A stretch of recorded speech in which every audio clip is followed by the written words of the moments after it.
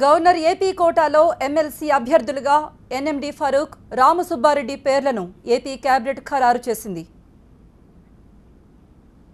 Governor కోటాలో ఎమ్మెల్సీలుగా ఫరూక్, రామసుబ్బారెడ్డి పేర్లను ఖరారు చేస్తూ ఏపీ కేబినెట్ నిర్ణయం తీసుకున్న బ్రేకింగ్ న్యూస్ మనం చూస్తున్నాము.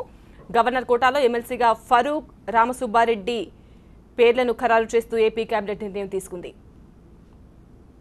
మా ప్రతినిధి అశోక్ ఈ అంశంపై మరింత సమాచారం అందిస్తారు. అశోక్, గవర్నర్ కోటాలో ఎమ్మెల్సీలను ఖరారు చేయడం అనేది ఏపీ కేబినెట్ సమావేశంలో నిర్ణయం తీసుకోవడం అనేది ఆనవాయితీగా వస్తోంది. ఇదే క్రమంలో ఇవాళ గవర్నర్ కోటాలో ఖాళీ అయిన 2 స్థానాలను భర్తీ చేయడం భాగంగా ఇవాళ ఏపీ కేబినెట్ సమావేశంలో ముఖ్యంగా గవర్నర్ కోటాలో ఉన్న 2 స్థానాలను కూడా ముఖ్యంగా ఎన్ఎండి ఫరూక్ ను అట్లాగే రామసుబ్బారెడ్డిని ఇద్దరిని కూడా గవర్నర్ కోటాలో 2 పేర్లను ఖరారు చేస్తూ ఏపీ కేబినెట్ నిర్ణయం తీసుకుంది. కొద్దిసేపటి క్రితమే ఈ 2 పేర్లను కూడా ఖరారు చేస్తూ నిర్ణయం అనేది తీసుకుంది. ముఖ్యంగా నంద్యాల ఉప ఎన్నిక నేపథ్యంలో మొన్న దాదాపు వారం రోజుల క్రితమే AP CM Chandrababu Naidu NMD Farooq ఇతను సీనియర్ టీడీపీలో చాలా కాలం నుంచి కూడా పార్టీలో ఉన్నారు.